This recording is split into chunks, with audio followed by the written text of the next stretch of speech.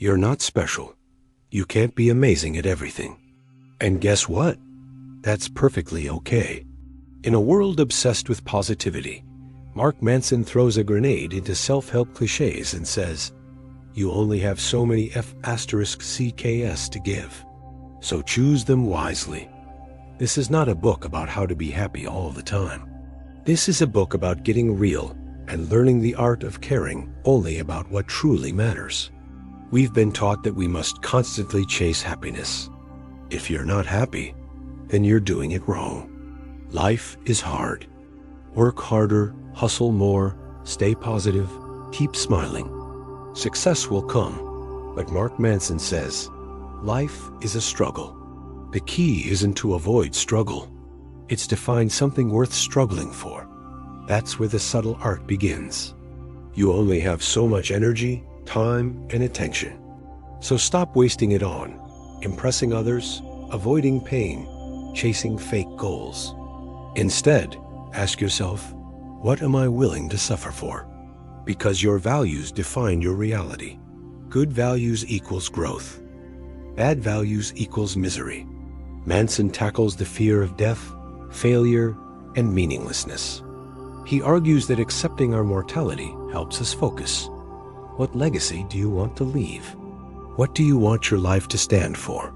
When you embrace death, you stop giving a f***KK about the things that don't matter. Here are some punchy takeaways. Pain is inevitable, but suffering is optional. Embrace rejection. It reveals what you truly care about. Don't aim to be extraordinary. Aim to be real. Let go of trying to fix everything. If you're tired of fake positivity, empty advice, and trying to please everyone, then this book will slap you awake in the best way. Like if you're ready to stop caring about the wrong things. Now let's dive deeper. Welcome to the channel. Chapter 1. The F-Law. How do you get from here to here?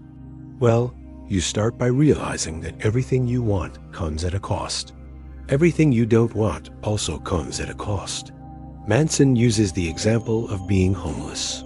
Sure, you might not want to be cold and hungry, but if you don't have anywhere to go and no money, then homelessness is an inevitability. Or being healthy. You might not want to deal with a heart condition, but if you smoke and eat crap, then health problems are a certainty. The crucial shift in thinking is, stop viewing things as good or bad. Start seeing them as inevitable or avoidable. Then make choices based on what's worth paying for and what's not.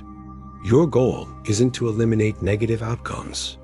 Your goal is to find the struggles that are worthwhile. Manson illustrates this with the story of a man who got robbed while walking alone late at night, so he bought a gun. Is that the right choice? Well, if you believe that owning a gun is an evil, then that decision is terrible. But if you believe that protecting yourself is important, then it makes sense. Chapter 2. The obstacle is the way. Epicurus was right. The obstacle is the way, but Manson adds a twist. Yes, the obstacle is the way, but that doesn't mean it's going to be easy. Doesn't mean you won't feel like giving up. It means that's where you need to put your focus, effort, and persistence. The problem is that most of us approach life backwards. We fantasize about the destination, but refuse to commit to the journey. We moan about the road without appreciating that it's the only way to get there. The solution. Whenever you encounter an obstacle, ask yourself, how can I make this work for me? Because obstacles are opportunities in disguise. They challenge you to grow, adapt, and become stronger. Chapter 3. Everything is F***seeked. A mantra that will blow your mind and free your spirit. By acknowledging that life is inherently chaotic, unpredictable, and sometimes cruel, you free yourself from the burden of expectations. You see, we often assume that we should be happy all the time, that life should make sense, and that things should work out for the best. But the truth is that these assumptions are toxic. Why? Because they set us up for disappointment. When life inevitably doesn't go our way, we feel confused, frustrated, and hopeless. Manson encourages us to replace Why is this happening to me? With what can I do about it? Once you realize that everything is F***seeked, you stop blaming yourself and others for the messiness of life and start focusing on what you can control. Chapter 4. Indulge your demons. Trying to pretend that you don't have demons is what leads to misery. These demons manifest in ways like procrastination, jealousy, self-doubt. Manson says, demons aren't bad. They're just misunderstood and usually very hungry. Here's the 4-step guide to handling your demons. 1. Acknowledge their existence. Don't try to suppress or deny them. 2. Treat them kindly. Be compassionate towards yourself. These are your struggles, not someone else's. 3. Do and take advice from other people about how to handle your demons because they have their own monsters to deal with. 4. Make peace with your demons. Accept them as part of the human experience. They don't define you. Chapter 5. Let it out. Your emotions, whether positive or negative, are like tidal waves crashing against the shore. You can't stop them, but you can learn to surf them. Suppressing your feelings doesn't make them disappear. It builds pressure, creating a volcanic eruption waiting to happen. Manson emphasizes the importance of emotional hygiene, regularly processing and releasing your emotions rather than letting them fester and turn toxic. It's about embracing the full spectrum of human emotion. It's okay to feel sad. It's also okay to feel happy. In fact, feeling more allows you to experience life more fully. Chapter 6. On being an island. We humans are social creatures by nature. We crave connection, yet paradoxically, we often push people away with our pride, ego, and inability to be vulnerable. Manson challenges us to reframe loneliness. It's not a punishment or a weakness. It's an opportunity for growth. Being alone, according to him, is a chance to get to know ourselves better, to understand our values and desires. He encourages us to use this time to develop our interests, to learn, and to reflect. For many of us, being alone is a rarity. We're constantly surrounded by people, but connected to none. Manson suggests finding meaning in solitude, valuing it, and using it to fuel personal growth. Chapter 7. Stop playing big. Life is messy, chaotic, and unpredictable. Pretending otherwise is setting yourself up for a fall. Manson argues that we often hold ourselves to unrealistic standards, expecting perfection from ourselves and others. But life doesn't operate on perfection. It operates on reality. So what's the solution? Simple. Stop playing big. Stop pretending you can do or be everything for everyone. Embrace your limitations and those of others. Accept that mistakes will happen, and that's okay. It's in the messiness of life that we find authenticity, compassion, and growth. Chapter 8. Stop looking for meaning. Life doesn't come with a user manual. We're not here to find meaning. We're here to create it. Manson challenges the common belief that we should have a grand, all-encompassing purpose in life. Instead, he encourages us to find meaning in the everyday, in the connections we make, the challenges we overcome, and the values we uphold. He reminds us that life isn't about the big moments, but the accumulation of small, meaningful experiences. So stop searching for meaning. Start living a life of value. Chapter 9. Be in a whole. It's time to shatter the illusion that we must always be likable, that we need everyone's approval. Manson asserts that pleasing others is a recipe for misery.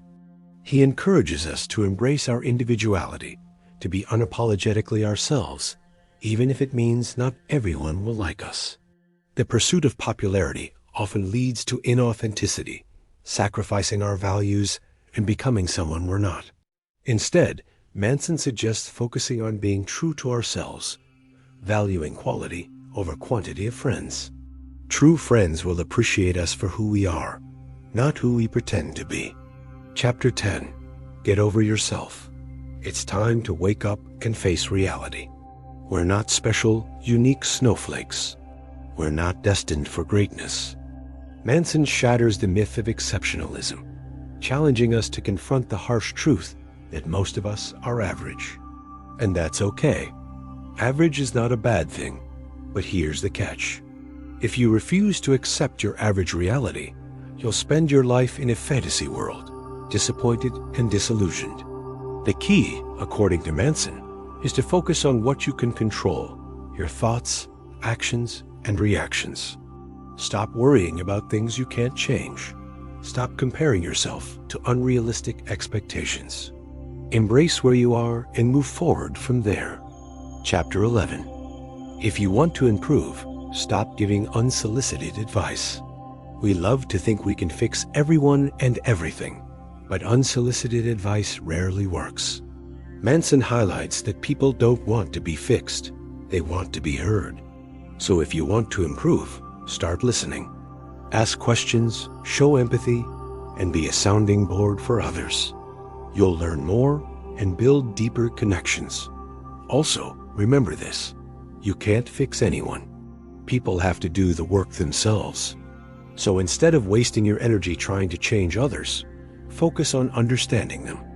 Chapter 12. Things that can be fixed. Broken relationships, broken promises, broken dreams. Manson acknowledges that we all deal with disappointments. Sometimes we can fix them. Sometimes we can't. The key is to accept what you can't fix and focus your energy on what you can. In relationships, forgive, but don't forget. In promises, keep your word, but recognize when others can't. In dreams, adjust your expectations, but don't stop believing. It's about finding the sweet spot between hope and realism. Chapter 13. When things are falling apart, read books. Books offer a portal to wisdom, experience, and knowledge that we can't acquire on our own. In times of crisis, they provide guidance, comfort, and perspective. Moreover, books challenge us to think critically, to question assumptions, and to consider different viewpoints.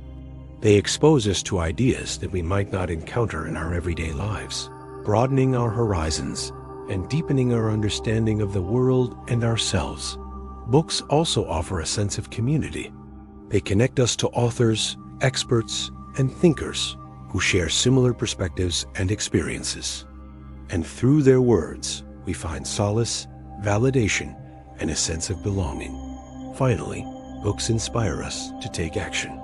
They provide insights and strategies that we can apply to our own lives, helping us overcome challenges, achieve our goals, and become better versions of ourselves.